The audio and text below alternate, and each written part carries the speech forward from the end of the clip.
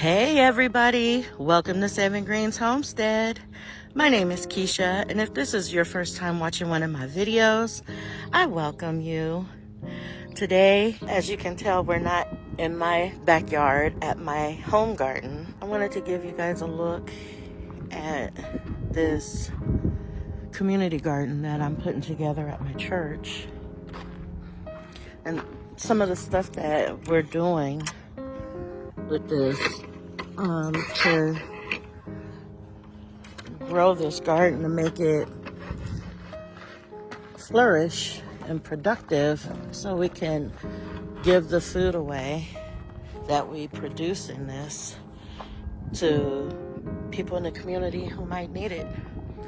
And it's not just for needy people, it's for anybody in the community who wants fresh produce that is grown without chemical. And so basically that's what my goal here is, to do that, and then also to teach people how to grow their own food for their families. I just wanted to come out here and walk around a little bit because I don't really talk a lot about this project as much. I started out taking a lot of photos, so I have clips of old video that I took with the hopes that I would eventually one day, talk about it on my channel. I have so many plans for this garden.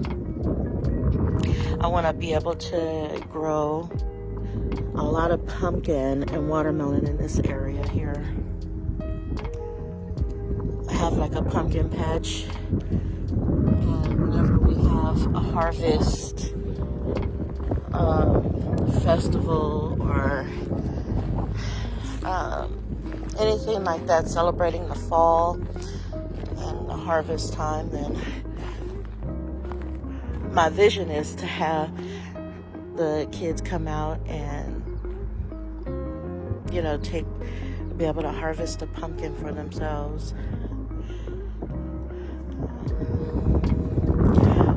It's still a work in progress. And last season we planted a test crop. I had invited some kids to come out and they planted our test crop for us. And it was just really nice to have them do that. They enjoyed it. They learned how to plant seeds and how to plant plants. And it did good. We had bell peppers and onions. This is one of the onions that we missed harvesting.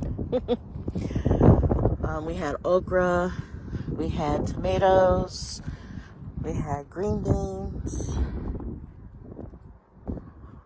So we had a lot of stuff that we grew and grew well. The bell peppers, a lot of them grew big and very sweet. We have no shade right here, so in the summer when we hit triple digits, you would think that, the plants would suffer, but they didn't do so bad. The tomatoes, the peppers, they did good. The okra thrived even more. I am planning on adding some shading out here of some sort because even though the plants do well, I don't do so good in the heat.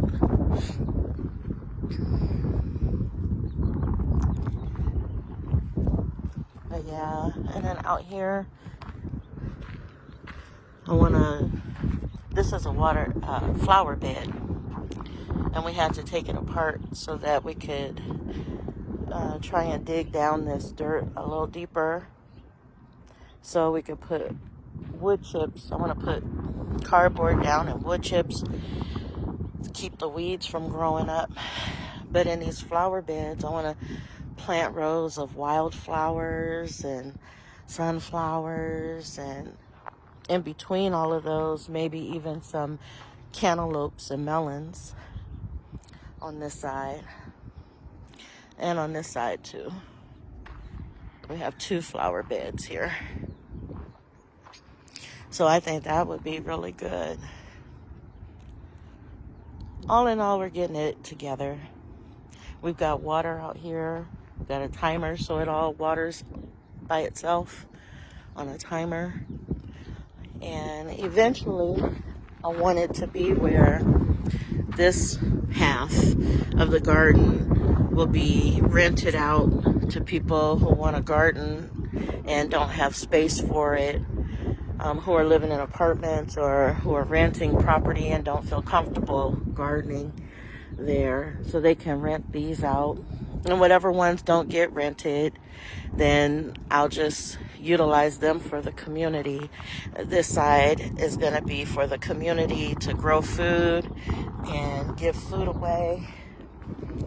And these beds will be adopted by garden members who pay a fee for their membership. They can adopt these beds, and I'll provide seeds and things for them to plant, and they can plant and care for whichever bed they adopt. Same with the beds along the fence line here.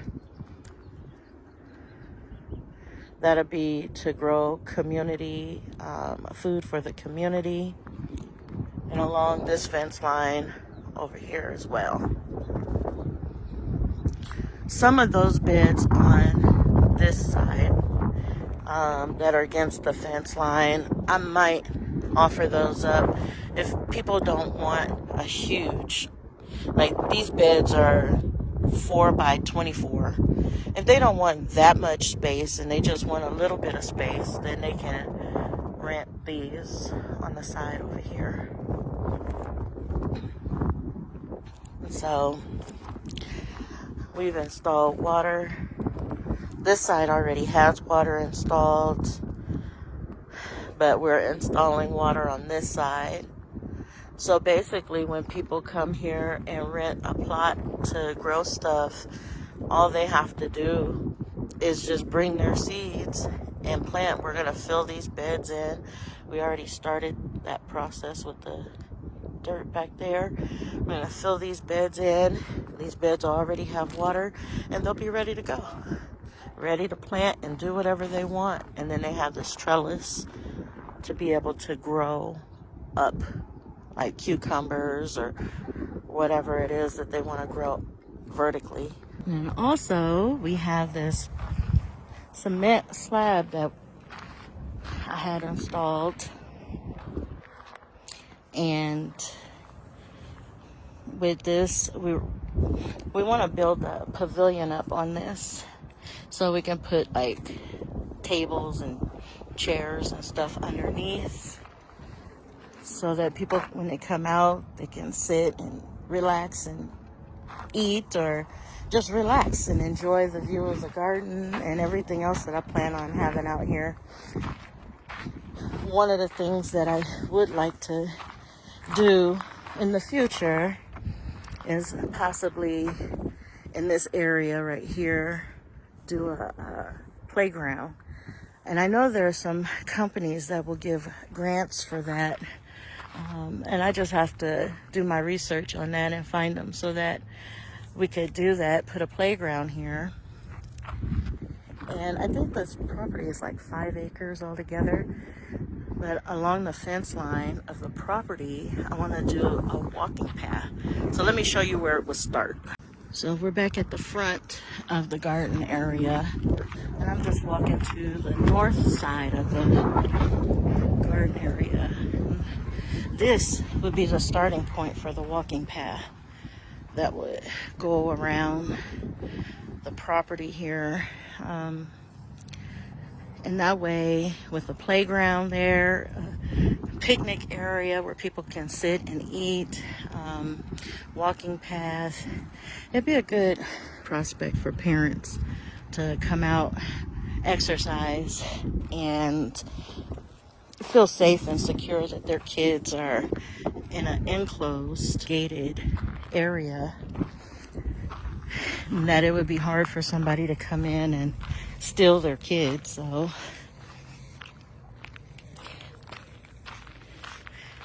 we have other stuff here, like up here we have our volleyball court, sand area. And then the trailer back here is the trailer for the garden that I use to store all of the stuff. But you can see there's a lot of stuff even over there up against. I need to get rid of some of that stuff. Some of those boards and stuff I'm holding on to because I'd like to build a fruit stand for the garden area. So, but here's an overall look of the garden.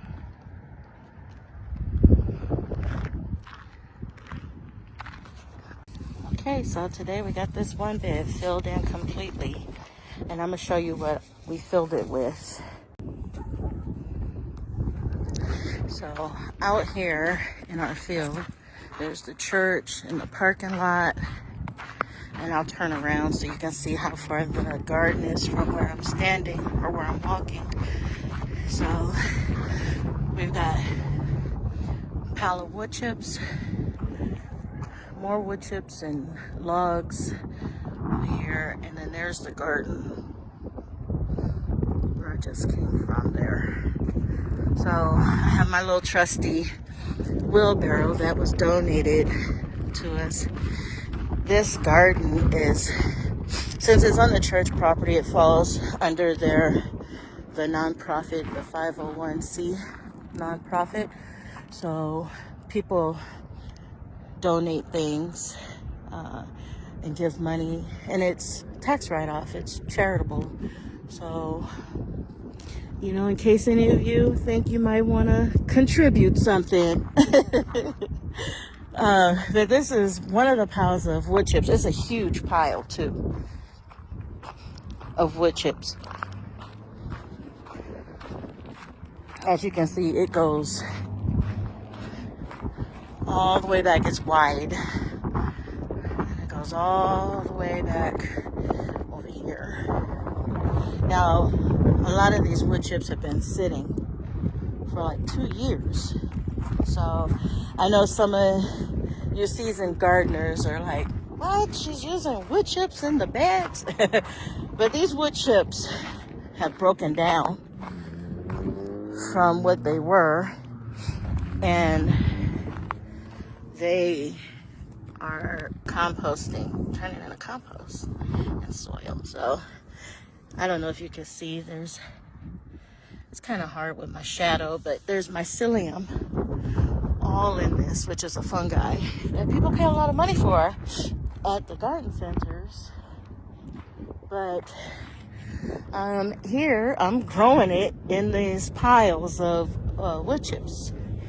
And so as these wood chips break down, it just becomes all good nutrients for the garden. These big chunks of wood, we're splitting these and we are making them into firewood pieces, small enough pieces for firewood, which we have some split and stacked over here. And since there's a lot of these wood pieces,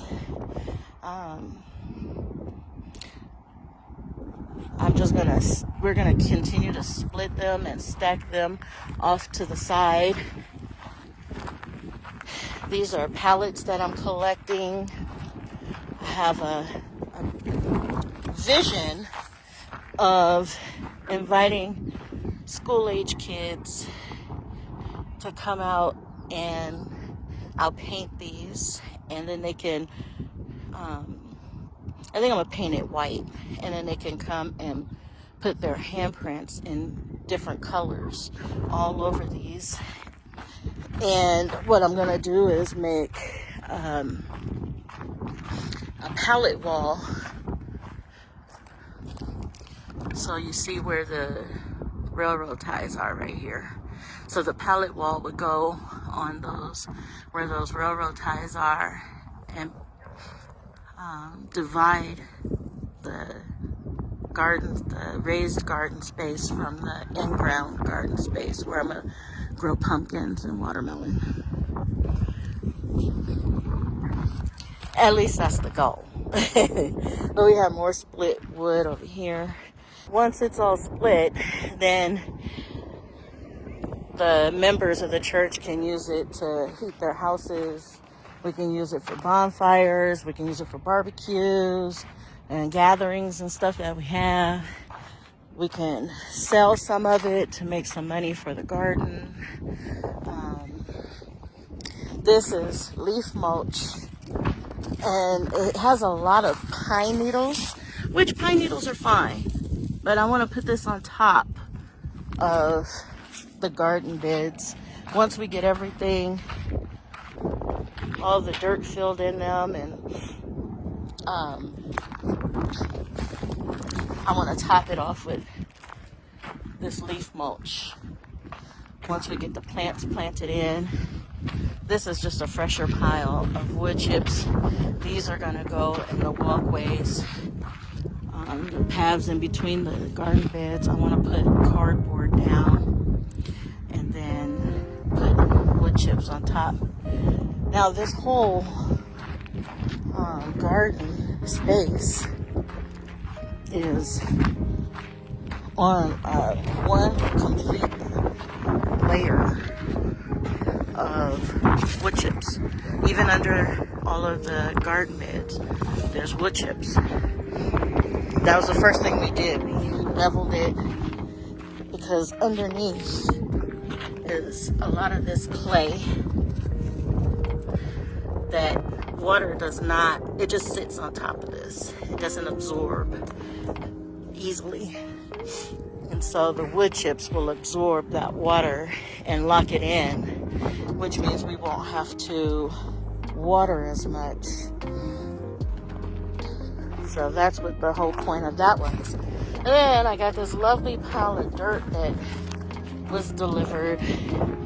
We paid $170 for this pile of topsoil that I don't even know what it is, but I'm using it because I paid for it.